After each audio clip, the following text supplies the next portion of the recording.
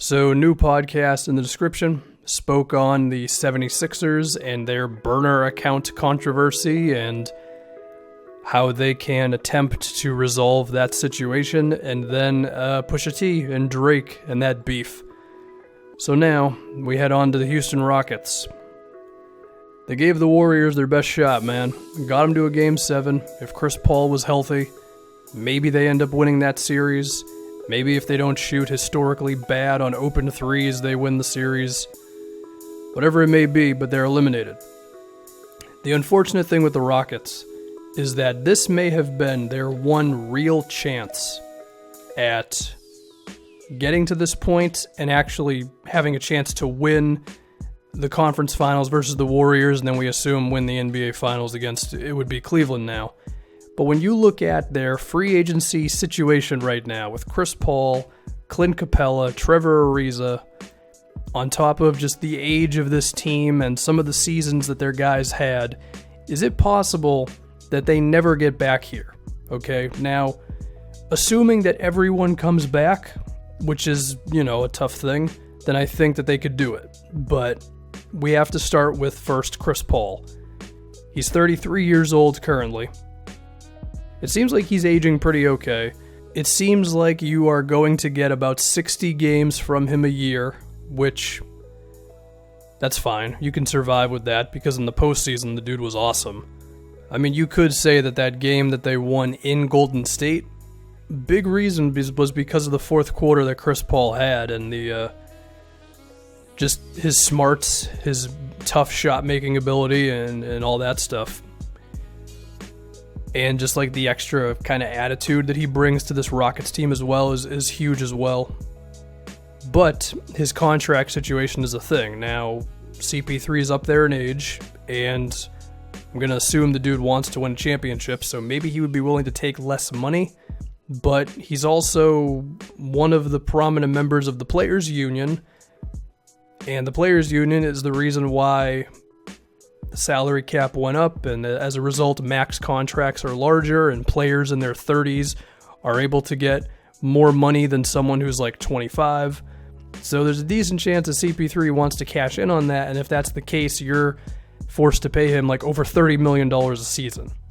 And a lengthy contract for Chris Paul is probably not going to look so good in a couple of years. So are you willing to just throw all that money and all those years at him to give yourself maybe 1 to 3 more shots at it, and then you really hurt yourself the last 2 years of a contract? I mean, that's an interesting conversation. I think in a perfect world, Houston would love to give him a 2-year and a team option. There's no way Chris Paul's going to go for that. So we're just going to have to see what happens with that, I have to guess that he will be on the team next year because the Rockets have, that's their option, right? That's the way that you get back to this point, is by Chris Paul being on your team. If Chris Paul's not on this team and everybody else is back, Capella, Ariza, and everything, then you're really good, but you're not pushing the Warriors to a Game 7. It's just not going to happen, On top of, Kawhi Leonard may be back with the Spurs next year, and whoever the hell else knows what's going to happen. So you got to give yourself a guarantee with CP3 still making you really good. But if you do bring him back, and you have to bring him back for a lot of money, then you start asking the question, the ownership and all that, are we willing to go into the luxury tax? Which they probably are, because this team wants to win a title, and I have to assume that they're making a profit, given James Harden jersey sales and the place being sold out all the time, and then national media games and all that stuff. So they'd probably be okay, but you would have to go pretty deep into the luxury tax, because then you get into Clint Capella. And Capella is going to get paid this summer by somebody, okay? 24-year-old center, can grab offensive rebounds, switch onto perimeter players, is a terror in transition, great roller to the basket, awesome energy guy, and he had a real place against the Warriors. And if the rumors are out there that the Phoenix Suns are going to throw him $20-something million, then you have to match that. And that means you could be committing $50 million into Chris Paul and Clint Capella, which, looking at their salary for next season right now at $80 million, I mean, immediately you're over the cap.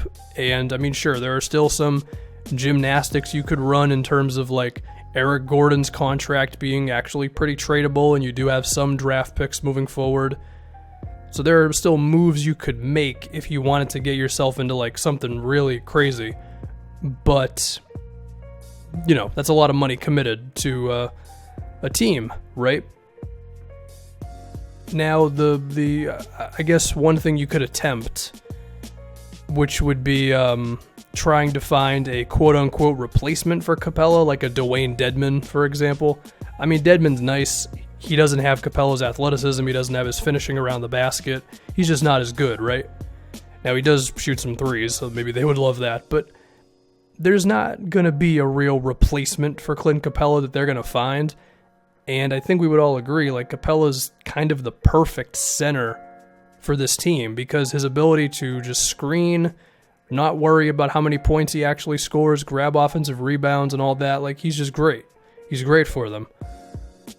So, do they just say screw it and just, we're going to pay you, we're going to pay Chris Paul, and that's it? That's tough.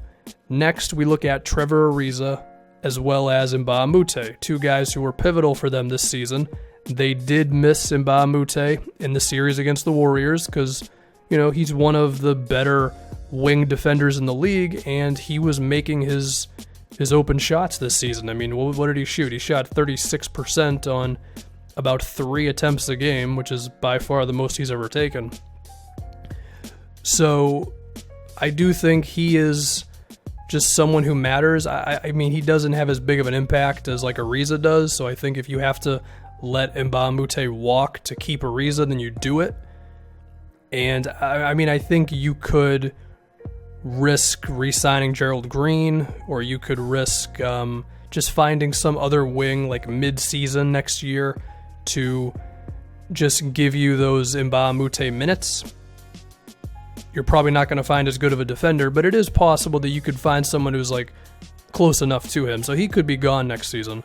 But now if we get back to Ariza, I think a lot of teams would love to have Ariza. You know, right now he's getting paid $7 million. I think he can expect something similar to that in free agency, maybe a little more for a desperate team. The Pelicans being the one team that really needs a wing who can play defense and shoot threes. And given that the mid-level right now is like $8 million or something, that opens up the possibilities of a lot of teams going for Trevor Ariza this offseason. Now, if you are willing to offer him basically the same amount of money as everybody else, but you're a team that he's used to being on, and I mean, he knows he's going to get like 25 to 30 plus minutes a night for you, and he's a part of the system, sure, then I think you do have a decent enough chance of keeping the guy. But at that point, like, you know, if Chris Paul is going to get 30, Capella's going to get 20, and they're probably going to get a little bit more than that, both of them, but, you know, right there, that's 50. Let's say Ariza's like $9 million. You could be getting up to $60 million committed to 3 guys, you know, which would make you about one of the most expensive teams in the NBA. Now, is it worth it for the sake of how good you are? Yeah, I mean, for winning, sure. But, you know, it's tougher to make that decision when you're actually in the office, of course. The other thing we can talk about is the actual players and, like, outside of Chris Paul, a potential decline for anybody. I think what you would look at is PJ Tucker. Tucker's 33, okay? And at some point, the dude is going to see a bit of a drop-off. Now, he did have potentially his best season this year, especially offensively, where he shot 37% for them, and mainly just on wide-open corner threes, but hey, that's all you really needed. And then, of course, what he's going to do defensively and on the boards for you. But is there a chance that his jump shot has a bit of a drop-off moving forward? I mean, you know, he's been up and down with his outside shot throughout his career. I mean, he had this season, he shot 40% for the Raptors last year, but he also had some times where, with Phoenix, where he wasn't that good. He was like below average.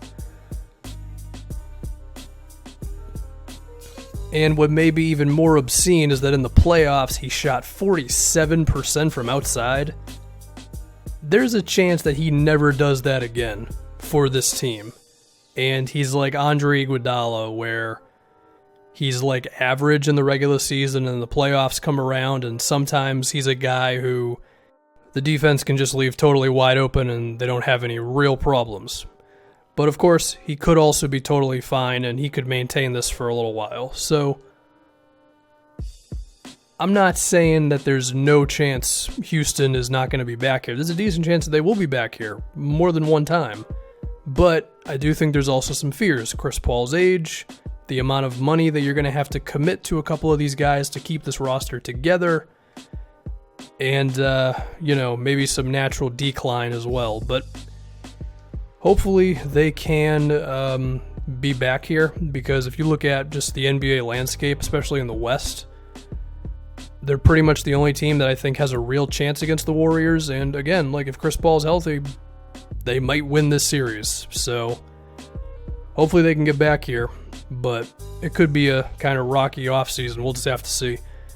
Anyway, that'll do it for this. Once again, new podcast. Philadelphia 76er burner accounts, Pusha T and Drake, and that's it.